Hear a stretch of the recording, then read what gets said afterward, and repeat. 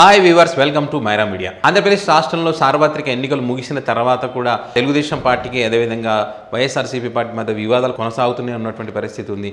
మొత్తానికైతే తెలుగుదేశం పార్టీ సంబంధించినటువంటి అంశాలను కొన్ని లేవనెత్తుతూ గతంలో ఎన్నికలకు ముందు వైఎస్ఆర్ కాంగ్రెస్ పార్టీలో నెంబర్ 2గా పిలువబడుతున్నటువంటి విజయసాయిరెడ్డి కేంద్ర ఎన్నికల సంఘానికి వినతి పత్రం ఇవ్వడం జరిగింది. రాష్ట్రానికి సంబంధించినటువంటి అధికారులు ఎవరైతే ఉన్నారో వారంతా కూడా టీడీపీ పార్టీకి అనుబంధంగా ఉన్నారు. వాళ్ళు చెప్తున్నటువంటి మాటలు వింటున్నారు. నిష్పక్షపాతకంగా వ్యవహరించాల్సినటువంటి అధికారులు మాత్రం ఒక పార్టీకి కొమ్ము కాస్తున్నారు. ఈ ఎన్నికల సమయంలో అది మంచిది కాదనే ఉద్దేశంతో కేంద్ర ఎన్నికల సంఘానికి విజయసాయిరెడ్డి ఆయన తరఫున కొంతమంది ఢిల్లీలో కేంద్ర ఎన్నికల సంఘాన్ని కలిసి వినతి పత్రం ఇచ్చినటువంటి నేపథ్యంలో ఆంధ్ర రాష్ట్రానికి సంబంధించినటువంటి ఇంటెలిజెన్స్ చీఫ్గా ఉన్నటువంటి ఏబి వెంకటేశ్వరరావుని అదేవిధంగా కొంతమంది ఎస్పీలను కూడా అక్కడి నుంచి బదిలీ చేసినటువంటి పరిస్థితి ఉంది ఎన్నికలకు ముందు. సో ఇవన్నీ కూడా దృష్టిలో పెట్టుకొని అప్పుడు ప్రధానంగా విజయసాయిరెడ్డి చేసినటువంటి ఆరోపణలు ఏంటంటే ఏబి వెంకటేశ్వరరావు అనే వ్యక్తి ఎవరైతే ఉన్నారో టీడీపీ పార్టీకి సంబంధించినటువంటి నాయకుల మాటలు వినడం, విని తమ మీద కక్ష సాధింపు చర్యలు చేశారు అనేటువంటిది ఒక ప్రధానంగా చేసిన ఆరోపణ అయితే,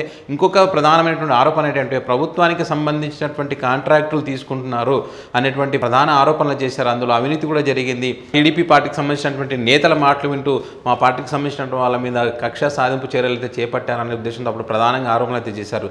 అయితే ఎన్నికలు అయిన తర్వాత ఏబి వెంకటేశ్వరరావు ఎవరైతే ఉన్నారో విజయసాయిరెడ్డి చేసినటువంటి ఏవైతే ఆరోపణలు ఉన్నాయో వాటిని ఖండిస్తూ, అంటే విజయసాయిరెడ్డి చేసినటువంటి ఆరోపణలలో ఎలాంటి ఆధారాలు లేకుండా తనపై ఆరోపణలు చేయడం అనేటువంటిది ఎంతవరకు సమంజసం, కాబట్టి దానికి ఆధారాలు లేవు కాబట్టి కేవలం అంటే నా మీద కక్ష సాధింపు చర్యలో భాగంగానే నన్ను విధుల నుంచి తొలగించాలని ఒక ప్రయత్నంలో భాగంగానే విజయసాయిరెడ్డి నాపై ఆరోపణలు చేశారు కాబట్టి ఆయన మీద పరువు నష్టం దావా వేయబోతున్నాను, అదేవిధంగా ఆయన మీద కేసు కూడా నమోదు చేయాలని నిర్ణయించుకున్నట్టు కూడా ఈ మీడియా సమావేశంలో అయితే ఏబి వెంకటేశ్వరరావు చెప్పినటువంటి పరిస్థితి.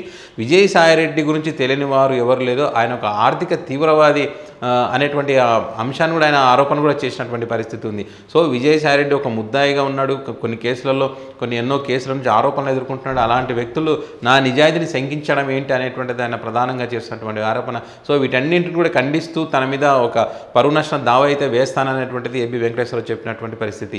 ఏదేమైనప్పటికీ కూడా ఎన్నికలకు ముందు మొదలైనటువంటి వివాదం ఇంకా ఎన్నికలు ముగిసిన తర్వాత కూడా ఇంకా వివాదం కొనసాగుతున్నటువంటి నేపథ్యంలో ముందు ఏం జరగబోతుంది ఏంటి అనేటువంటిది మాత్రం రాబోయే రోజుల్లో తెలుస్తుంది. సో ఈ వీడియో కనుక మీకు నచ్చినట్లయితే లైక్ చేయండి, షేర్ చేయండి, మీ అభిప్రాయాలను కామెంట్ రూపంలో తెలియజేయండి. ఇలాంటి లేటెస్ట్ ఇంట్రెస్టింగ్ అప్డేట్స్ పొందాలనుకుంటే మైరా మీడియా ఛానల్ సబ్స్క్రైబ్ చేయడం మాత్రం మర్చిపోవద్దు. Thanks for watching.